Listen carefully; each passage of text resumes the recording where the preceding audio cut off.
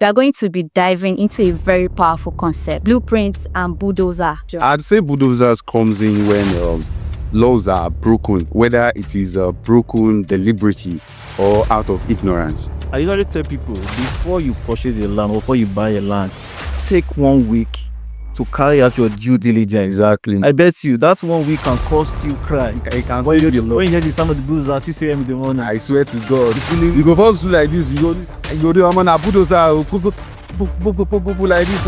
So it is very, very important.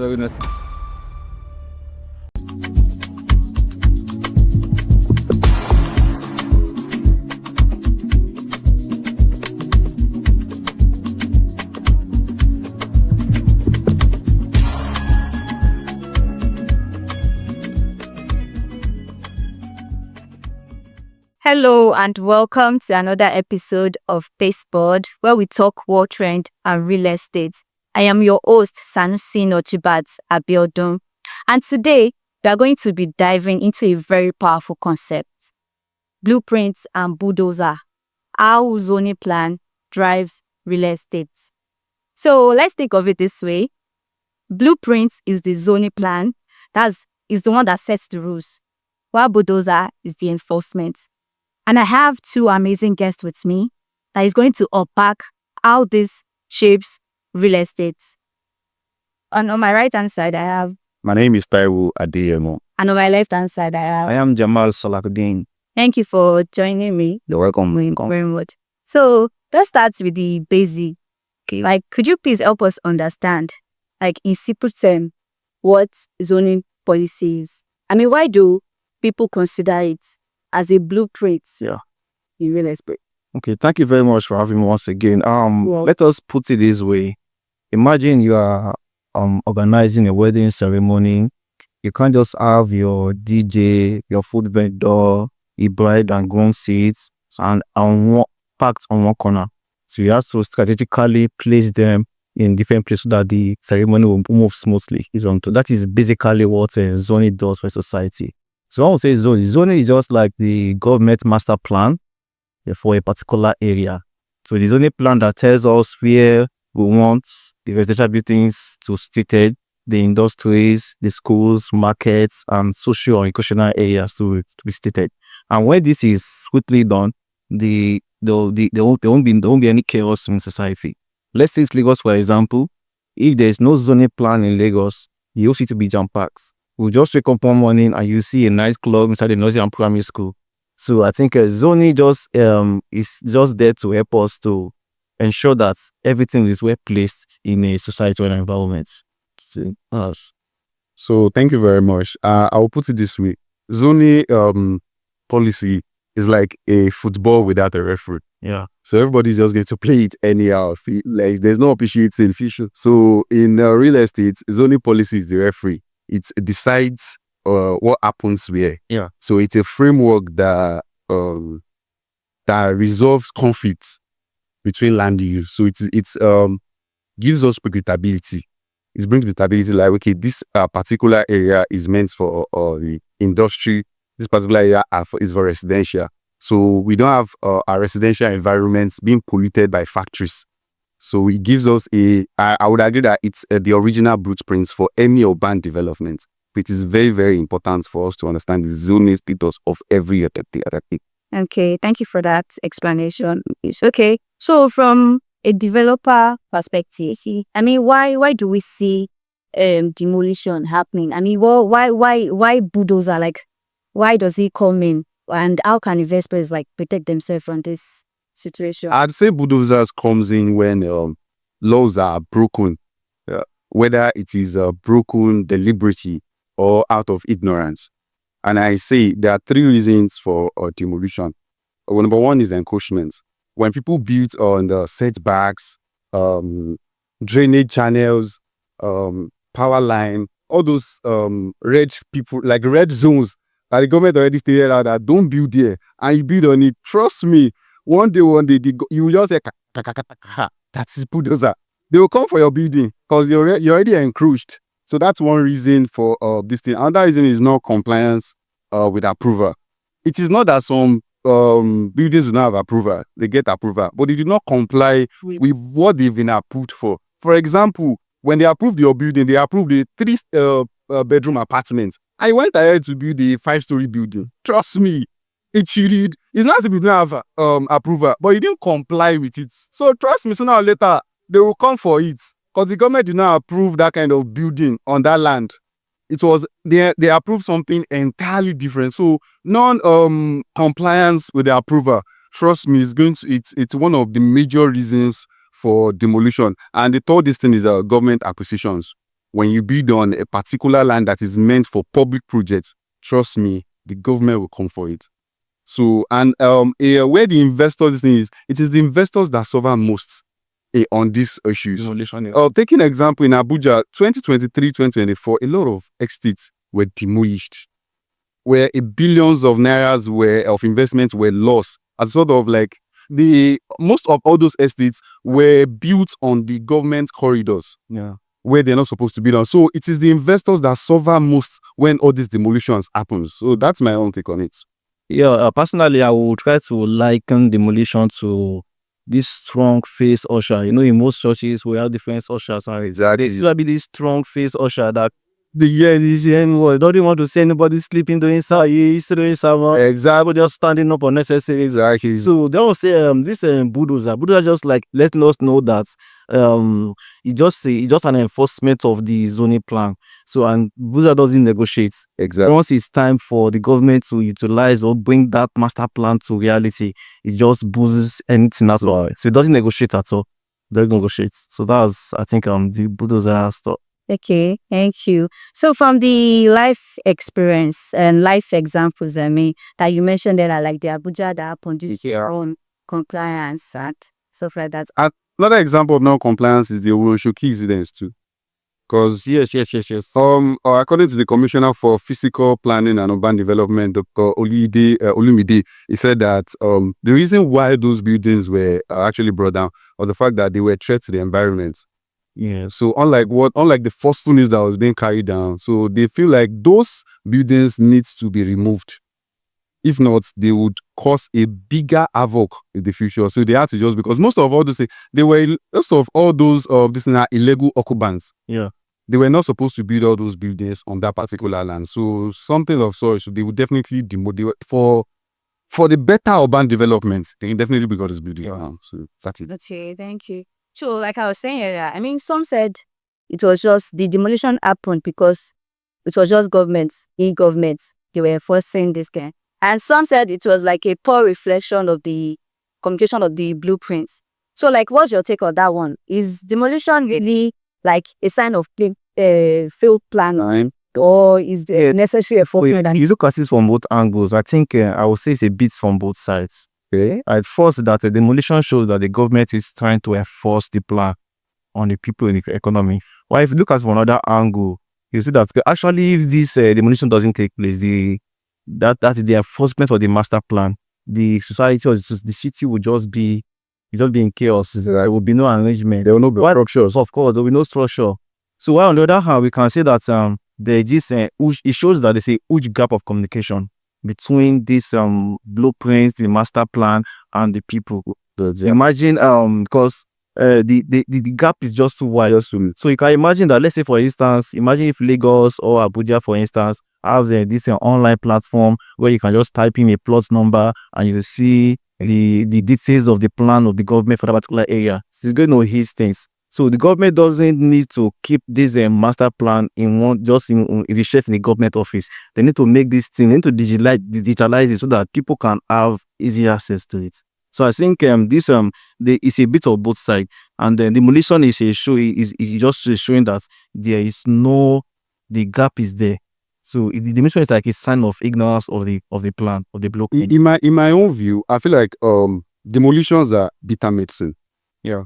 They are very unpleasant, but they are very, very necessary. Of course. Because when you take a medicine, trust me, it is bitter. But it's something that you need. So I feel like demolitions sometimes are very, very necessary.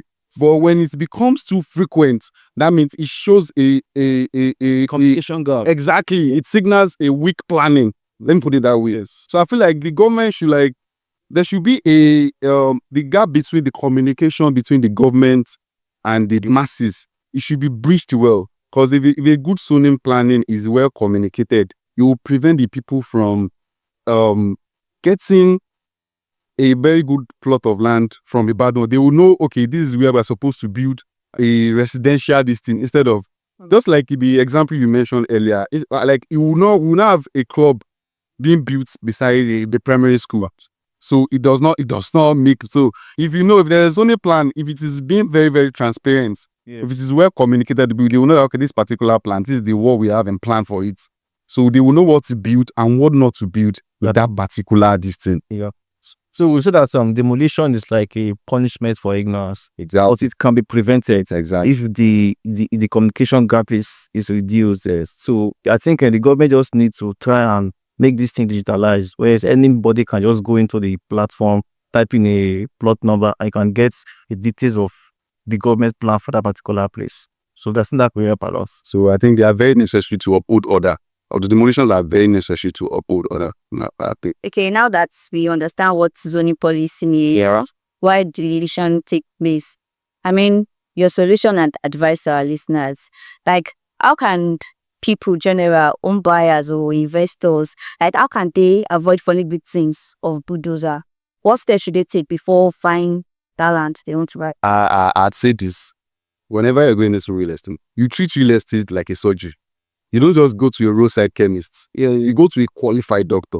So whenever you're trying to get a land, trust me, you need to do your research very, very well. You need to conduct a legal search on that particular land that you're buying. Your due diligence has to be 100. You don't go see a land and just make payments and just buy like that. You need to do your due diligence 100%. And another thing is you need to get approval before construction. One mistake that people do is you get approval after construction. Yeah, exactly. You see, so a lot of videos where it is the town planning people that will now come and they'll put a notice mark on the building. It is then they find it right for them to visit to go and get the approval. It's not supposed to be that. You need to get approval before the inception of the construction. Yeah.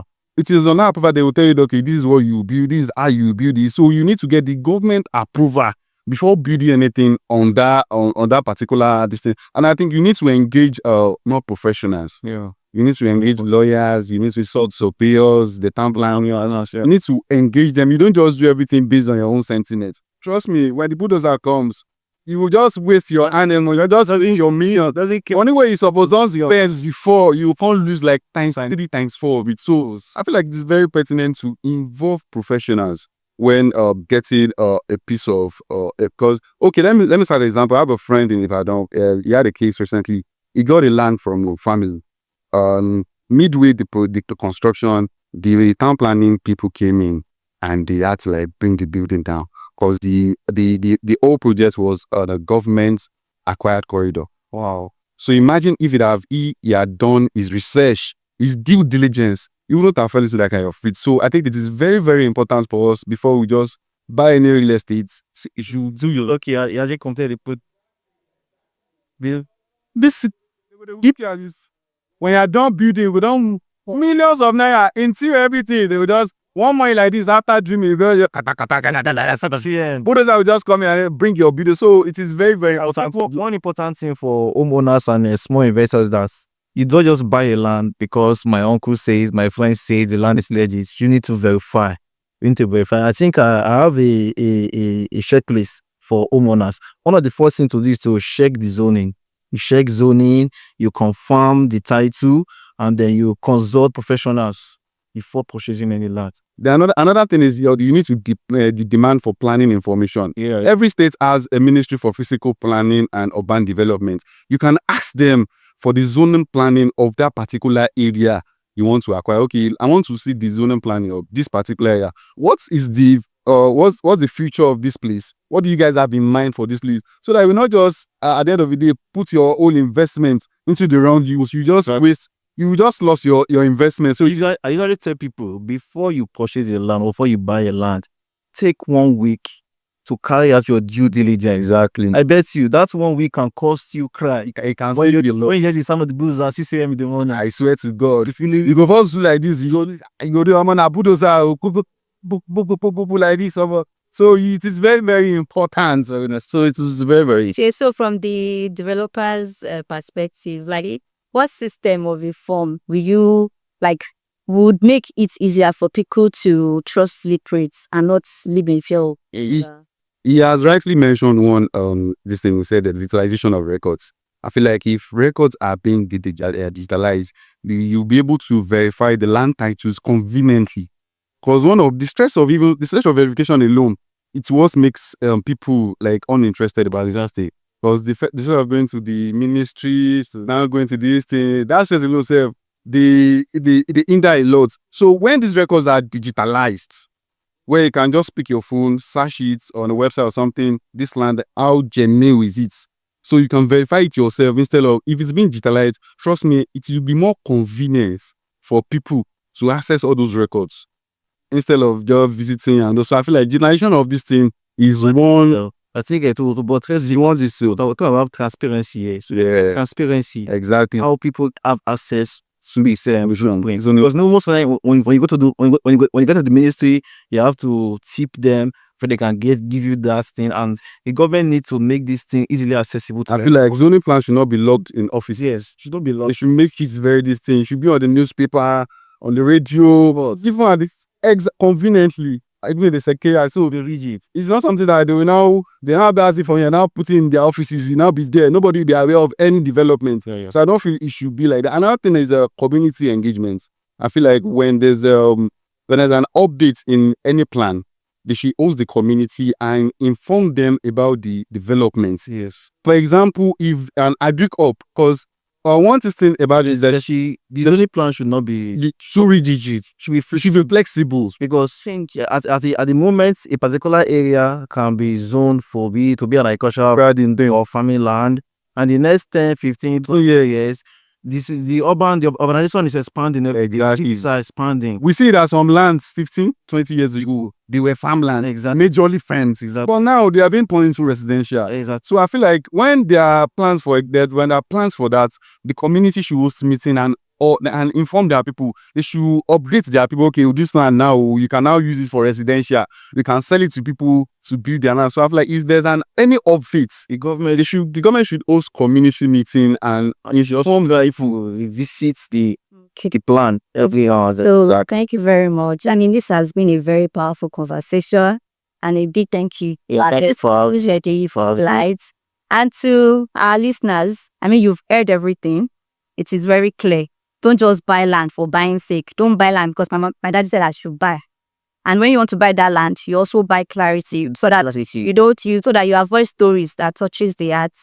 I mean, this brings us to the end of today's episode. I'm Sanusi Nojibat. And don't forget to like, share, and comment and subscribe. This has been Pace Forward. Until next time. Bye-bye. Bye.